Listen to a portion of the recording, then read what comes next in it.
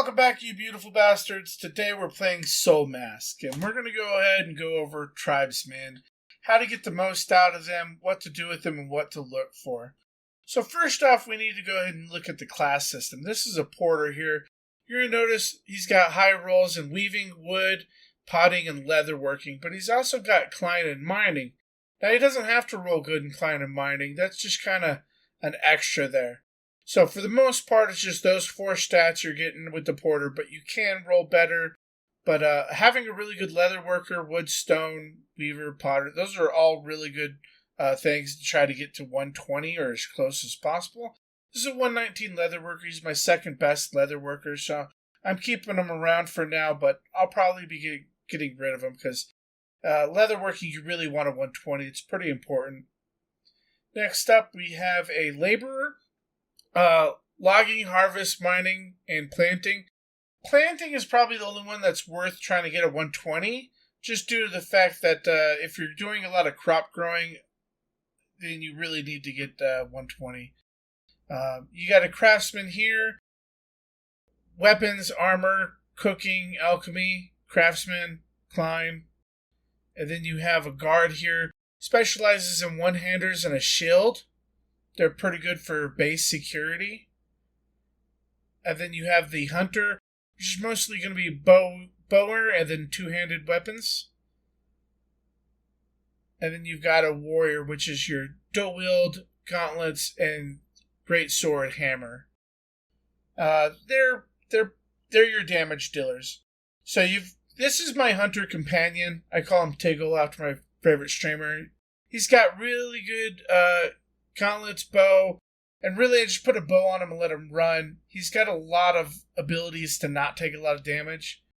This is my main character that I'm running with right now, mostly for the gauntlets and his ability to self-heal and not get stunned. Really excellent on that. Gauntlets are amazing, so is dual blades. A lot of people like two-handers, but I myself like gauntlets and dual wielding. Alright, so now we're going to go check up on how to properly catch these good practices that you guys might want to know about. Fairly simple. I'm just going to look at what weapon they're holding, and if they've got a two-hander, a bow, or a shield, I just instantly kill them. Don't even worry about it. The only time this changes is if they have a one-handed sword. Sometimes you might confuse it for like a pickaxe or an axe. But if it's a one-handed sword and no shield, then it's a guard, and he just accidentally doesn't have a shield for some reason.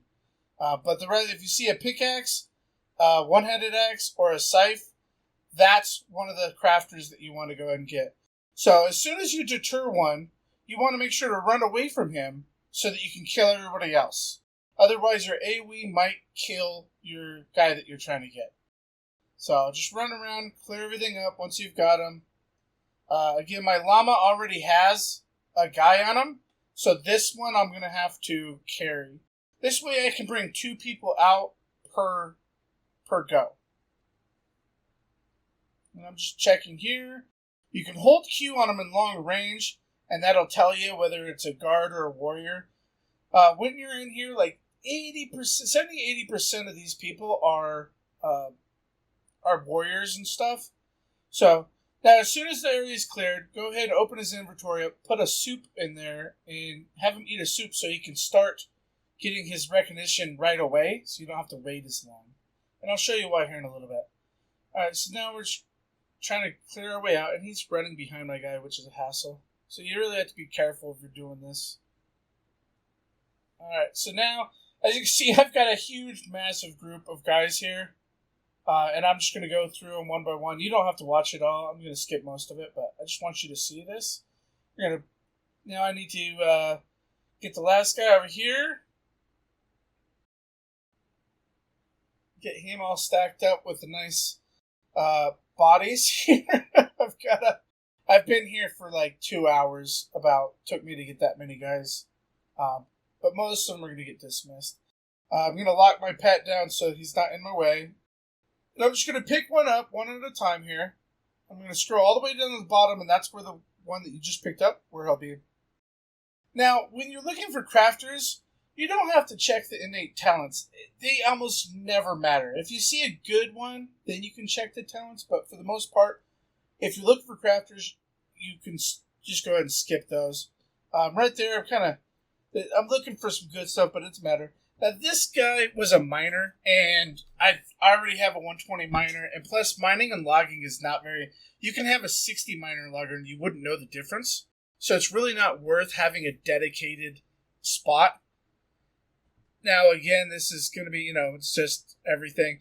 Now, if he was 120 harvest or plant, I would take him, because plant is very important. You can get a lot of extra plants, and your plants will go much faster. So, again, we're going to get him out of there. Unfortunately, laborers you're only looking for plants, so laborers are near useless, or at least they're harder to get a good one. And here we go. We're looking at, this guy's got some good stuff, some woodwork and some pine. I'm going to go ahead and keep him because I'm not sure what my house looks like. You need a lot of charcoal burners at home. At least 3 or 4 of smelters and burners. So we're going to go ahead and keep him for now. I'm going to name him so that I know he's separate from the old guys, but you can do your naming conventions however you want to. You don't want them to all say barbarian. So you just change that. We got another logger here. Don't care. Send him away. And scroll all the way down to the bottom. And here we go. This one's not too bad. A 121 Weaver. I don't think I have a 120 Weaver. So we're going to go ahead and name him Weaver Robot. You can name him whatever you want. It doesn't matter.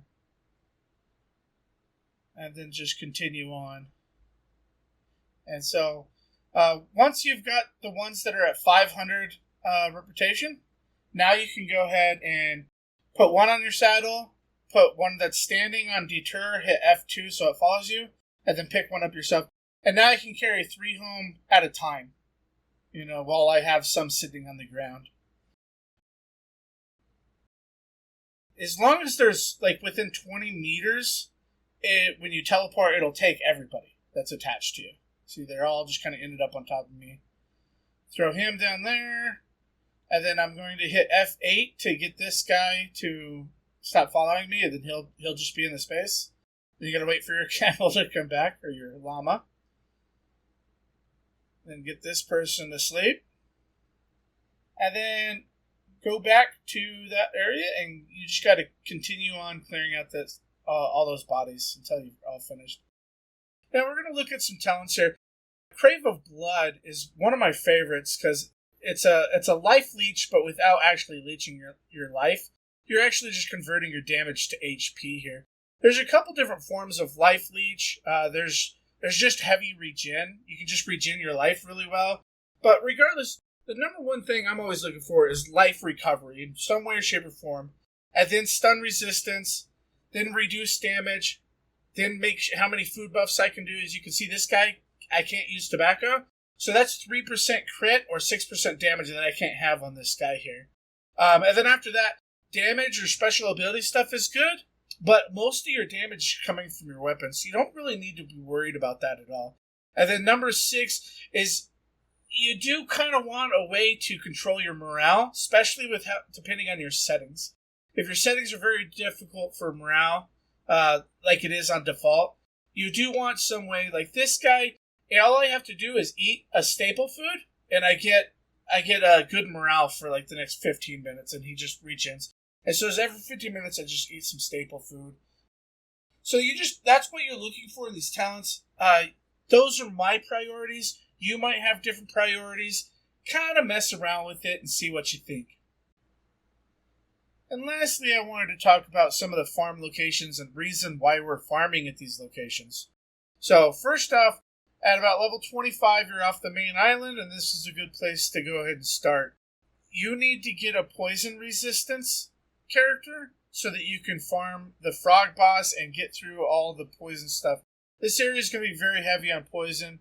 most of the locations where you're going to be farming iron and the leather, and there's just a lot of poison here. And it will really help you if you start here by getting a nice gauntlets or dual blade or two-hand sword, two-hand hammer, whatever your weapon of preference. And I do prefer that you have one blunt and one slash. That way you really covers a lot of the DPS checks that you're going to see. Anything robotic, you want to be using blunt, and most animals you can use slashing on. If you're up against NPCs, it's kind of hit or miss. Whatever is your most damage, you want to be using that against the humanoid characters.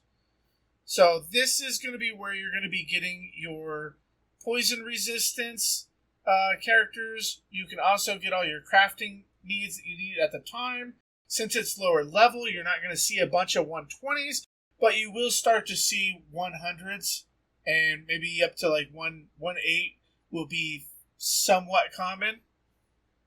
So now this is going to be your next stop. Once you're kind of done with all the poison stuff that you're going to need, and you just need somebody that's good enough to get through the Wastelands or maybe the volcano area, this is a good place to start. It's also really good for your crafters. You're going to finally start seeing a lot of 120s here, and you'll really be able to make out the units in your base for your crafting issues.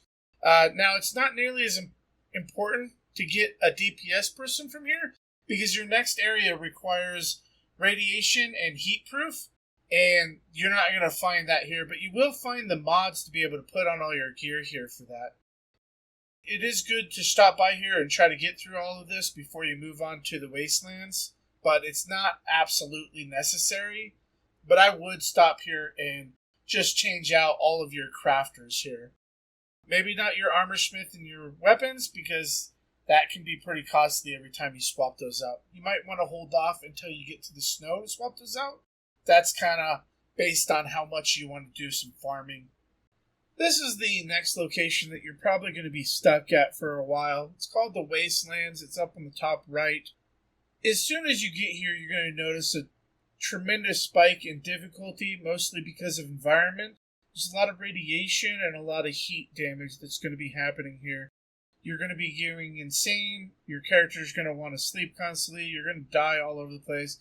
You need to carry a lot of honey. You need to work with your food buffs. And you need to replace your DPS characters as soon as possible so that you can have the appropriate amount of heat resistance and heat proof and good morale characters. And this is where you're going to do that. You can also swap out your crafting units. But if you did that in the Wetlands at 45, you probably want to skip that here, because after this you're going to the snow, and that's where the best of the best stuff is. So you might as well wait until you're there before you start swapping out your crafters. And now you're in the snowy mountains. This is pretty much in-game, so you can do as you please here. If you want to just get your snow resist and then finish up the game and be done with this, that's perfectly fine. You can do that. If you're a completionist or you want to see your base get completely finished, this is where you're going to want to do it. You're going to want to try to replace all your crafters, get your base completely made up, replace all your DPS, get as much cold resist as humanly possible with cold chill, all the mods, extra gear pieces. Basically, this is where you're going to finish up the whole entire game here. The last Holy Runes is incredibly difficult, and you do need almost perfect cold and chill proof to be able to run it successfully. Depending on the server settings, you can make it a lot easier on yourself, cranking up your damage, lowering damage taken, that stuff like that. But I do highly suggest doing everything in your power to get as much of this cold gear as humanly possible. The environment is absolutely brutal. The bosses, the mammoth boss, trying to do him on Berserk or harder is absolutely insane. But this is where it all ends. You're going to start off in the bottom barracks, and then once you have a little bit of cold res, then you can go to the top fortress up above that circle there, which I have not done yet, which is why I do not have it have a mark on there. And that is where the game essentially ends. Yeah, I hope you enjoyed all of this. This is all I have. If you have any questions, please put them in the comments. I'll be answering everything. Please like and subscribe, all that good jazz. I'm going to be covering SoulMask for probably a while longer because I'm loving this game. Probably best game I've seen in years. Sure. I don't know when I've been as addicted to a video game as I am to SoulMask. I hope all of you guys are enjoying this game as well. And yeah, don't forget to like and subscribe. Thanks, guys. Have a good day. Bye.